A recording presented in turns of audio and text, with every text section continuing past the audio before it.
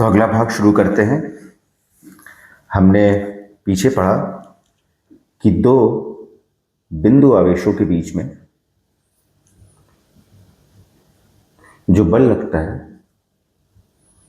वो है K Q1 Q2 बटा R स्क्वायर।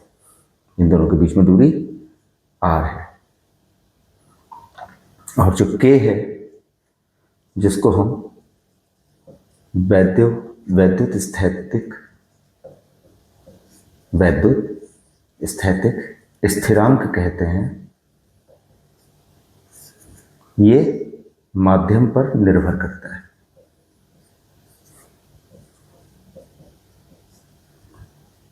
कि किस माध्यम में हमने ये आवेश रखे हुए हैं। ठीक है, समझते हैं कि कैसे ये चीजें बदल जाती हैं। तो मैं फिर से बना रहा हूं समझाने के लिए। एक ये आवेश है प्लस Q1, इससे R दूरी पर एक दूसरा आवेश है प्लस Q2। यहां पर गौर रखिएगा कि हम सारे आवेश बिंदु आवेश ले रहे हैं, क्योंकि कूलाम का नियम बिंदु आवेश पर लागू होता है। तो हमें मालूम है इन दोनों के बीच में फोर्स कितना लगेगा, K Q1 Q2 बटा R स्क्वायर। चलिए इसको हम F बोल देते हैं। हमें मालूम है कि अगर F बल Q1 पर इस तरफ काम करेगा तो क्रिया प्रतिक्रिया नियम से F फोर्स ही Q2 पर विपरीत दिशा में कार्य करेगा। इसके बाद हमने क्या किया, थोड़ी देर पहले हमने एक कंसेप्ट पढ़ा था कि अणु का ध्रुवीकरण कैसे हो जाता है। मैंने आपको बताया था कि अगर न्यूक्लियस में पॉजिटिव चार्ज है और उसके आसपास एक इलेक्ट्रॉन का बादल है, क्लाउड है, तो उसका आकार बदल जाता है। अगर हम कोई बाह्य चार्ज उसके पास लेकर के जाएं तब क्या होगा, ये इसमें प्रतिकर्षण होगा, तो फिर ये कहाँ पहुंच जाएगा, इस तरीके से जितना अधिकतम दूरी हो सकती है, और पूरा का पूरा जो बादल है इसका आकार बदल जाएगा। कुल मिला के इसके पास आते ही कुछ इस तरीके का आकार हो जाएगा। यहाँ पे पॉजिटिव चार्ज इस तरफ, न्यूक्लियस, और नेगेटिव चार्ज इस तरफ आ जाएगा। तो हमने कोई कुचालक अगर यहाँ पे रख दिया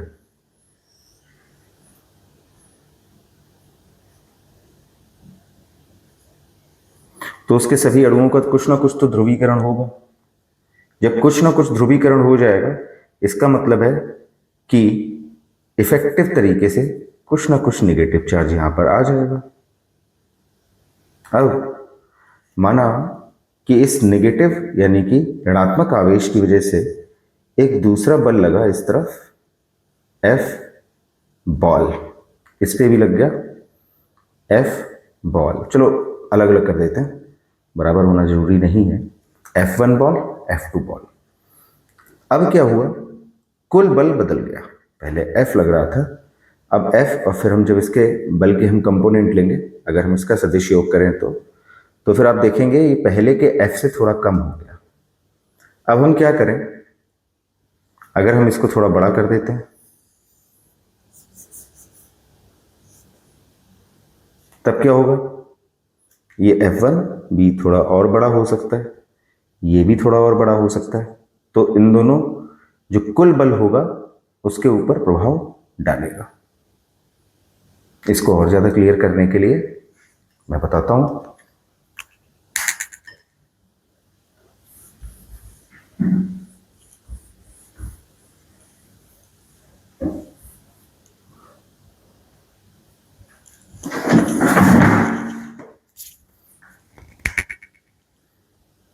कि अगर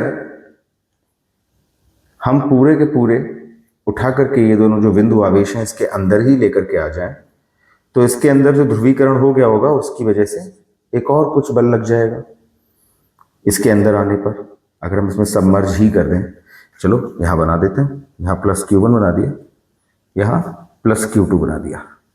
याद रखिए Q1 की वजह से जो फोर्स, जो बल Q2 पे लग रहा था वो परिवर्तित नहीं होगा, क्या बोला मैंने? Q1 की वजह से जो बल Q2 पर लग रहा था वो परिवर्तित नहीं होगा, लेकिन जो कुल बल है, कुल बल है वो परिवर्तित हो जाएगा अगर हम इन दोनों के बीच का माध्यम बदल देंगे। क्यों? क्योंकि इनके बीच में जितने भी अणु हैं वो अणु क्या होंगे? ध्रुवीकृत हो जाएंगे। अब अणु अगर ध्रुवीकृत होंगे, शॉर्ट में ऐसे और ऐसे बना देते हैं, जो इसके पास होंगे वो भी ध्रुवीकृत हो जाएंगे।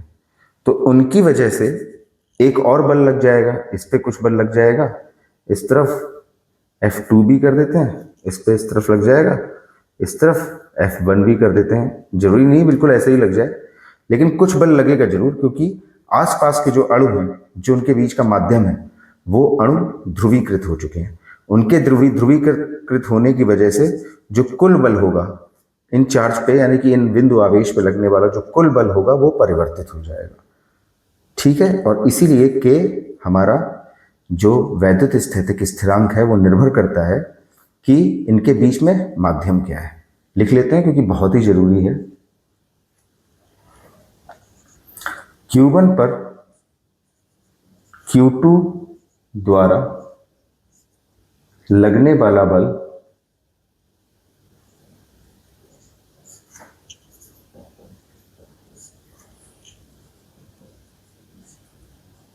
कभी परिवर्तित नहीं होता।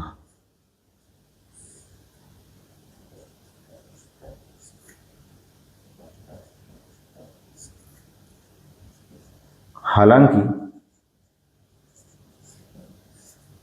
माध्यम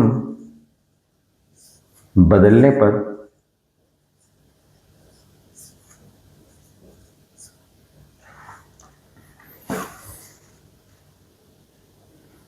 जो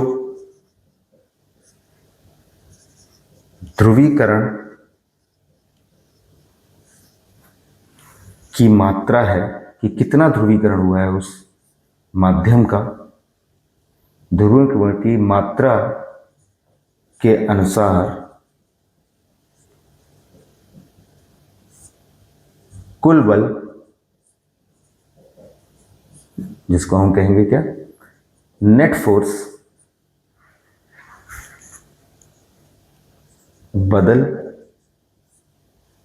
जाता है।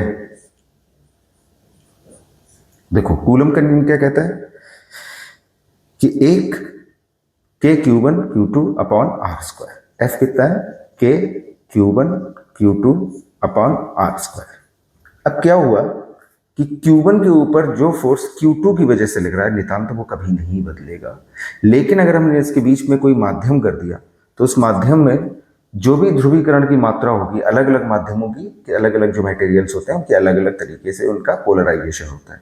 याद रखेंगे, हमने यहाँ कुचालक की बात करी है। सुचालक के केस में क्या होगा वो हम आगे आने वाले में जब वैद्युत क्षेत्र पढ़ेंगे तब उसको बहुत अच्छे से समझ पाएंगे। ठीक है, तो उसके अनुसार जो कुल बल है, कुल बल क्या होगा, एक F वेक्टर इसका लेंगे और F2 भी वेक्टर इसका लेंगे, उन दोनों का वेक्टर सम कर देंगे तो वो F को तो बदल देगा, यानी कि जो F को, माफ करिएगा, F को नहीं बदल देगा, F तो उतना ही रहेगा, लेकिन जो कुल बल होगा उसको बदल देगा। किसी माध्यम का अलग ध्रुवीकरण होगा, उसमें अलग बल लगेगा, किसी अन्य माध्यम का अलग ध्रुवीकरण होगा, उसका अलग बल लगेगा। इसको आगे क्लियर करते हैं। तो ये दो पॉइंट चार्ज रखे हुए हैं, इनके ऊपर लगने वाला जो बल है वो बल होगा कूलम के नियम के हिसाब से Q1 Q2 बटा आर स्क्वायर। प्रतिकर्षण करेंगे तो इन दोनों को जो दिशा होती है बल के, इसमें ये तो मैग्नीट्यूड हो गया, अगर हम दिशा की बात करें तो दिशा क्या होगी, इन दोनों को मिलाइए, इन दोनों को मिलाने वाले में या तो आकर्षण होगा या प्रतिकर्षण होगा। इस केस में प्रतिकर्षण हो रहा है तो उस लाइन के इस तरफ फोर्स लगेगा, और क्रिया प्रतिक्रिया के नियम से जितना बल Q2 ने Q1 पे लगाया उतना ही बल Q1 ने Q2 पर लगाया। अब हम बात करते हैं K कि यहाँ पर K क्या है। K होता है 1/4 पाई एप्साइलन। एक नई चीज आ गई, ये एप्साइलन क्या है, इसे हम कहते हैं माध्यम की वैद्युत परागम्यता। जो मैंने कहा कि उसकी ध्रुवीकरण की मात्रा कितनी है उस पर निर्भर करता है। अगर मैं इसकी बात करूं, स्टैंडर्ड बात करूं, तो एक है एप्सिलॉन नॉट, इसको बोलते हैं, आगे जीरो बनाते हैं, इसको हम बोलते हैं निर्वात या वायु की वैद्युत परागम्यता। इसका मान कितना होता है? इसका मान होता है 8.85 गुणे 10⁻⁻12 SI यूनिट में।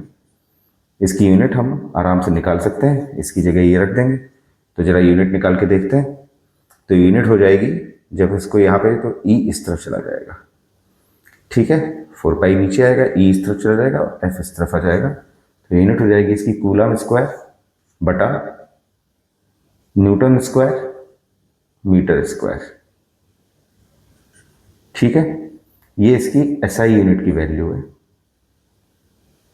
ठीक है, याद करेंगे।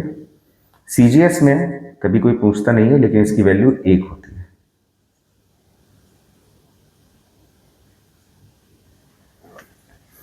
ठीक है, लेकिन जो हमारे लिए काम की वैल्यू है वो ये है, उसको भी याद करने की जरूरत नहीं है। तो निर्वात के लिए तो एप्सिलॉन नॉट हो गया। किसी और पदार्थ के लिए हम एक मात्रा को परिभाषित करते हैं, हम जिसको बोलेंगे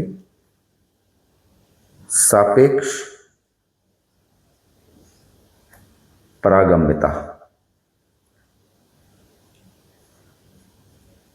सापेक्ष परागम्यता मतलब हम k की वैल्यू को अगर लिखें, यानी कि e की वैल्यू को लिखें, k की वैल्यू अगर हमें लिखनी है तो फिर k होता है 1/4 पाई एप्सिलॉन नॉट, 4 पाई सभी को पता है। तो फिर e की वैल्यू यानी कि एप्सिलॉन की वैल्यू जब हमें लिखनी होगी, तो एप्सिलॉन की वैल्यू होगी एप्सिलॉन नॉट एप्सिलॉन r, जो कि सापेक्ष परागम्यता कहलाता है।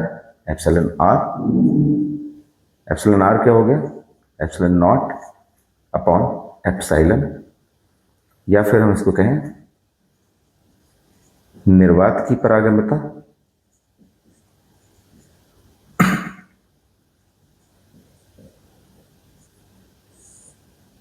बटा माध्यम की परागम्यता। तो इस तरीके से हम इस वाले फ्रेज यानी कि के की जो मात्रा है, के का जो अनुमान है, किसी भी सवाल में निकाल सकते हैं। तो फिर सबसे जरूरी बात मैंने क्या बताई कि अगर दो पार्टिकल हैं तो फिर उनमें पार्टिकल यानी कि हमारे दो बिंदु आवेश, तो उनमें Q2 की वजह से Q1 पे जितना बल लगेगा उतना ही Q2 पर Q1 की वजह से बल लगेगा, जो किसी बात पे निर्भर नहीं करेगा।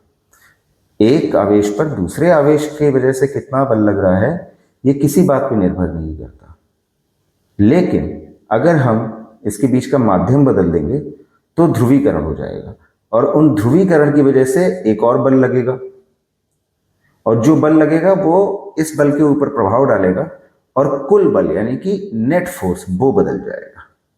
ठीक है, आगे बढ़ते हैं, इसको और ज्यादा एक एग्जांपल के मीडियम से समझेंगे।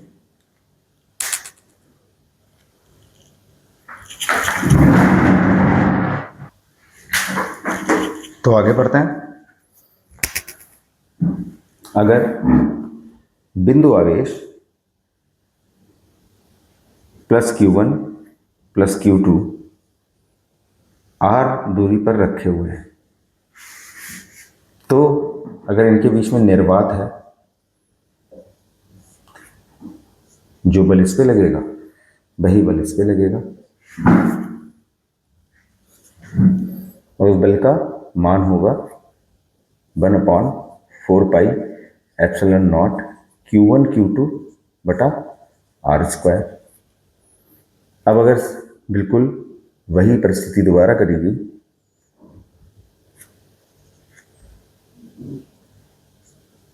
Plus Q2 plus Q1 r, लेकिन इस बार इनके बीच में कोई माध्यम है,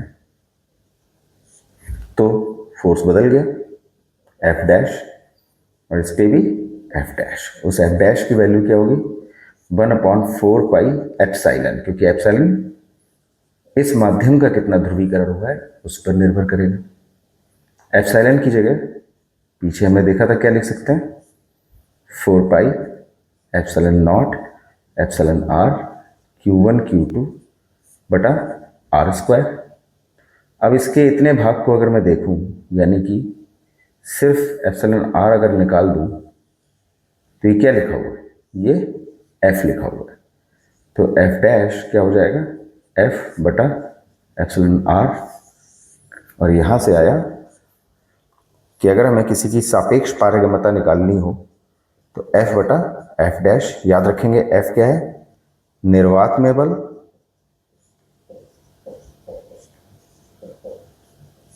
और ये माध्यम में बल। ये फार्मूला याद रखेंगे कि सापेक्ष पारगम्यता अगर कभी पूछ ली जाए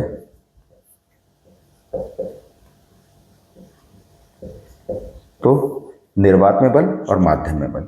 याद रखेंगे कि Q1 के ऊपर Q2 की वजह से लगने वाला बल कभी नहीं बदलता, लेकिन जैसे ही हम माध्यम लाते हैं तो ध्रुवीकरण होता है, ध्रुवीकरण की वजह से एक और फोर्स लगेगा और कुल बल बदल करके F डैश हो जाता है। ठीक है, हमेशा निर्वात में ही बल ज्यादा लगेगा क्योंकि उसमें कोई भी ध्रुवीकरण नहीं होगा। निर्वात का मतलब बीच में कुछ भी नहीं है, तो कोई भी ध्रुवीकरण नहीं। ठीक है, इसको बहुत अच्छे से याद रखेंगे, बहुत ही महत्वपूर्ण लेक्चर है ये, और इसको एक दो बार करके देख लेंगे। याद रखेंगे किसी भी एक बिंदु आवेश की वजह से जो दूसरे बिंदु आवेश के ऊपर बल लग रहा है वो नहीं बदल रहा है। कुल बल बदल जाएगा अगर बीच में कुछ माध्यम रख देंगे, और उस माध्यम को चालक माध्यम है अगर, तो उस माध्यम के जो अणु हैं वो ध्रुवीकृत हो जाएंगे। ध्रुवीकृत हो जाएंगे तो कुछ ना कुछ बल और लगा देंगे अपना एक, और उन दोनों बलों को मिला करके जो नेट बल है, यानी कि जो कुल बल है, वो बदल जाएगा। ठीक है, इसके आगे नेक्स्ट लेक्चर में पढ़ते हैं।